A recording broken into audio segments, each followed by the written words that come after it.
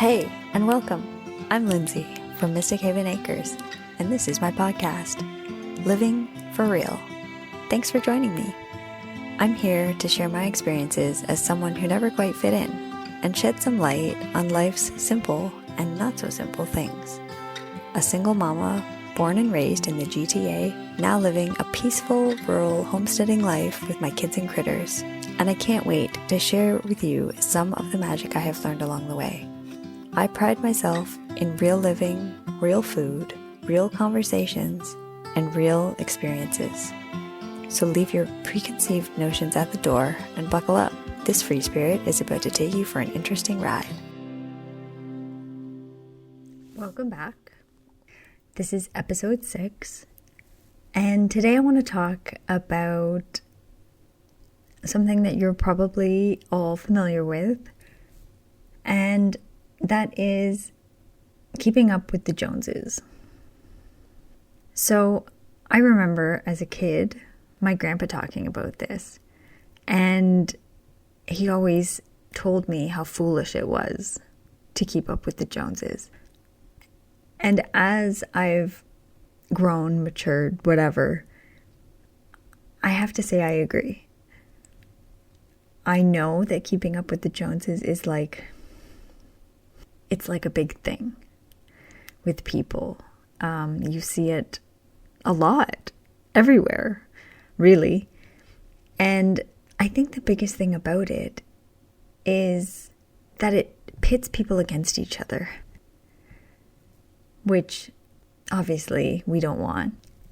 I think it's the corporations and such that really drive this, because keeping up with the Joneses really helps with their bottom lines, right? Keeping up with the Joneses drives materialism and it drives consumerism because it keeps people buying and spending and upgrading. And so I think that's where it stems from.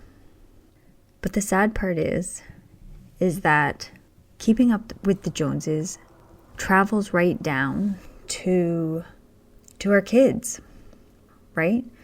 Our kids learn from us. Our kids see what we do and how we act and all of that. And then the kids take it to school. And that's how they treat each other. So if you have a parent that is constantly feeling like they're not enough, and, if they just had this thing, then they would be more accepted, and that would be better. And so they're always striving to get that next thing, or they're just accumulating stuff, right? Bigger, better, showier, whatever. And I know this was prevalent when I was growing up, and being from a family that didn't really buy into the whole keeping up with the Joneses thing, I could never really get on board with it. And it was hard for me to fit in as a kid. And I did feel left out and I did feel left behind. But my parents wouldn't play into the game of buying that amazing new toy or buying us the crazy expensive trendy clothing or whatever, right? My parents were very practical people, and it's probably why, for the most part, I am that way now. But a lot of people in society don't operate that way, right? It's a constant competition, it seems. And there's this huge desire to fit in. So I think for a lot of people, keeping up with the Joneses is a quote unquote easy way to do that, right? Because it's just a matter of buying things, just a matter of making money and buying things, making money and doing things, right? Seems pretty simple. The problem is that it's really superficial and it's really inauthentic. So when you're keeping up with the Joneses, you're trying to uphold an image, right? You're trying to portray this illusion. You buy the big house, you buy the expensive car, you buy the expensive watch, you have the custom-made suits, whatever it is, right? The name brand jeans. You travel to the exotic destinations that are like held high on a pedestal just so you can say that you did that, so that people think more of you. They look at you and they think, oh, well, that person's really successful. Look what they have. Look what they've done. And so we go back to that seeking the exterior validation and acceptance, right? No one wants to be left behind. No one wants to be looked at as less than. But the truth of the matter is, in doing all of this, you're becoming very disconnected. And you're probably losing sight of yourself because you're looking outside of yourself for validation. You're looking outside of yourself for acceptance. You're doing all the things that everybody else thinks you should be doing instead of maybe what you feel that you should actually be doing. And you're probably exhausted, right? How many people work themselves into the ground? They work a job that they hate. They work long hours.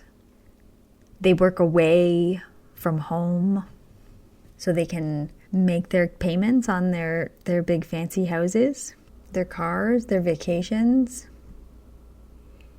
And I'm not saying that you shouldn't want those things, because some people truly enjoy those things, and that's cool. If that's what really lights you up, go for it. But do it because you want to do it. Not because you think you need to do it. Not because your neighbor's doing it, or your brother's doing it, or your best friend's doing it, or your sister's best friend's brother is doing it. Like, do it because you want to do it. The other thing that keeping up with the Joneses is really great for is racking up insane amounts of debt. How many people are living beyond their means right now? How many people are eyeballs deep in debt? And again, for what? Are all those things that you have and that you buy and that you do, are they actually making you happy? Are they making you happy for more than just a moment? Because if you're buying and doing all of these things just to say you have them, or to show that you have them, or to say that you've done that, right? To uphold that image, and yet you're stressed out of your mind because you have thousands and thousands and thousands and thousands of dollars of debt, that you have to work a thankless job that you hate, that takes you away from your family. Are you really making the most out of life? Are you actually happy? So I want to take a moment and kind of flip this. What would happen if you just didn't? What would happen if you stopped? What would happen if you sold the crazy expensive house that you're living in and you bought something more modest? Something more within your means? What would happen if you didn't buy the top of the line vehicle? What would happen if you didn't have that $10,000 watch? Would you lose friends over it? Maybe. But if you did, were they actually your friends? Probably not. If people wanted to be my friends just because of what I had, or what I could do, or how I appeared, and if any of that went away, they thought differently of me, I wouldn't really want them to be my friends. Because in my head, those things aren't what actually matter. It gets drilled into us that we need to be successful. And society makes us think that being successful is demonstrated by how much stuff we have, how much money we have. Does that actually make you successful? Successful in what? Making money? Sure. Probably. It probably makes you successful in making money. Makes you successful in possibly maxing out your credit. You might be successful in that. Successful in life? I don't know. I think that depends, doesn't it? It's a matter of opinion.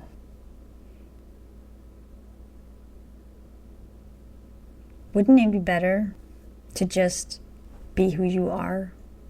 To not have to try and uphold some image that is expected of you? Wouldn't that feel easier just to be? And to let go of the people that can't accept you for who you are? And that doesn't mean that you can't try to better yourself.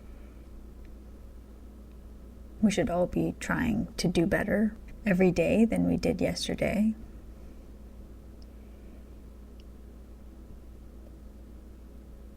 But we are all worthy as we are. And flashy, trendy, expensive things don't make us better people. They don't make us worse people, but they don't make us better people. Think about how less stressful life would be if you weren't trying to keep up with the Joneses. You've probably heard the saying, forget the Joneses. They're not better off. They're not happy. They're in debt. Let me ask you this. How freaking amazing would it feel to have no debt? How would that feel? Think about it. It's one heck of a flex, don't you think? Having no debt? It's possible. Our society makes it seem like it isn't possible, or that it's only possible for very few. I don't think that's true. In a world where credit is so available and spending money before we have it is so easy, it's no wonder so many people are in debt. I also believe it causes so many people to be unhappy. Because think about it. If you had to save for days, weeks, months, years, if you had to save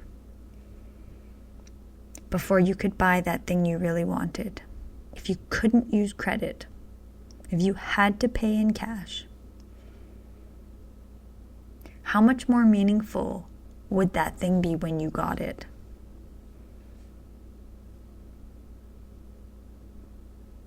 It would be such an accomplishment, right? You would feel so proud of yourself. Look what I did. I saved all this money and I bought this thing that I really, really wanted.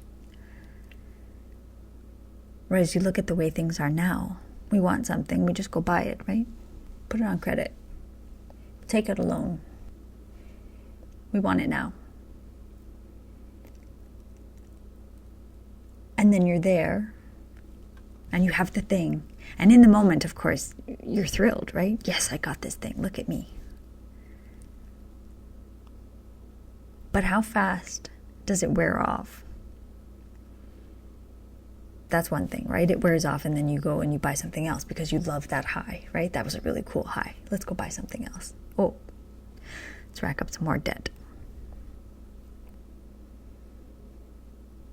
So not only did these feelings wear off quickly because there was no effort in buying the thing. There was no effort made, right?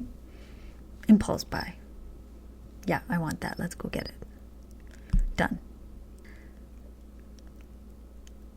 But the other thing is you have to pay for it. So now you have this stress. Oh crap. I've got to pay for that somehow. I've got to work this much now to pay that off. Oh no, I've bought too many things. I owe a lot of money. How am I ever going to pay this off?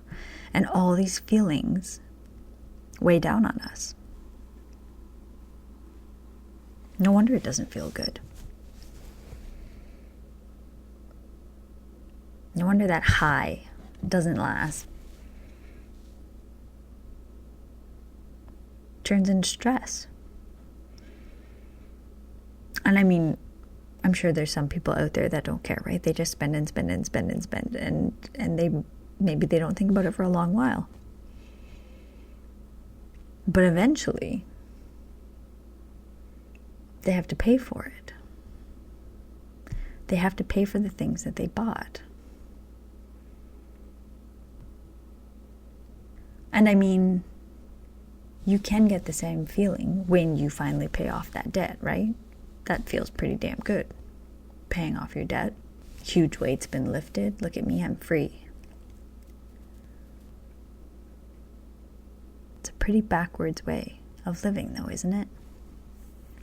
Let's spend our money before we make it. Let's get the things before we earn them. We'll pay for it later. Did you really need that thing? Probably not. I know I've bought lots of things that I really didn't need. Impulse buys.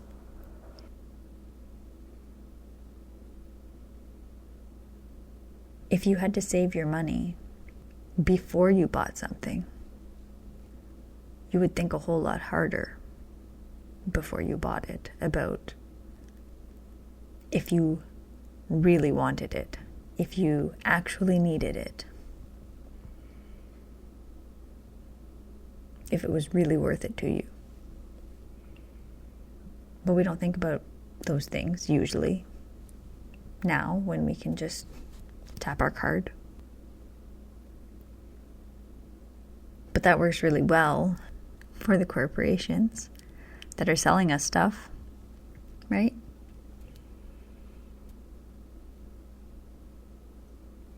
If they make it really easy for us to buy stuff, we'll buy more stuff. They don't care how we're going to pay for it after.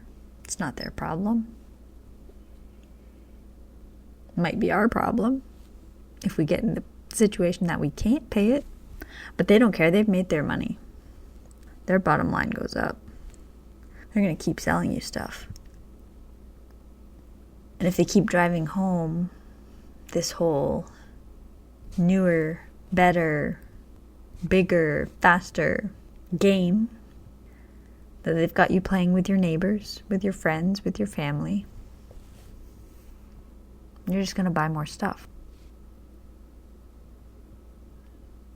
When you have lots and lots and lots of stuff, you tend to care less about that stuff. And what I mean by that is, if you only had one pen, for example, you would probably take really good care of that pen because you've only got that one pen. But if you had 10 pens, oh, I lost my pen. It's okay, I've got 9 more. So how this ties in to the Jones scenario is, in my mind anyways, is that because there's always more stuff. There's always bigger stuff, there's always newer stuff, there's always whatever. That the stuff has less value to you. And because you value it less, you probably appreciate it less. And if you don't appreciate something, it's probably not bringing you joy. And so you have all this stuff, but it doesn't really mean anything to you other than it's keeping you in the game. So maybe it's time to stop playing the game. Maybe it's time to figure out what's actually important to you, what things you actually want in your life, and release the things that don't matter, be it people or things, jobs, whatever it is. There's no sense in wasting your energy and your time trying to uphold those images, the illusion. Put that energy and time into validating yourself and accepting yourself. And then it won't matter what the outside world thinks. And you can do what truly makes you happy without fear of judgment. And even if you lose the circles that you're in right now, see it as a blessing. They're not the circles you were supposed to be in. And when you get really comfortable with yourself, you will attract the right people into your life and make new circles. And you will be a million times happier when that happens. I hope you have a good day.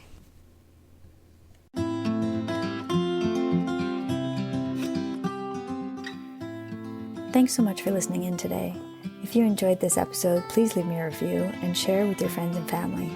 Be sure to hit that subscribe button so you don't miss upcoming episodes. And thanks again. We'll see you next time. Bye for now.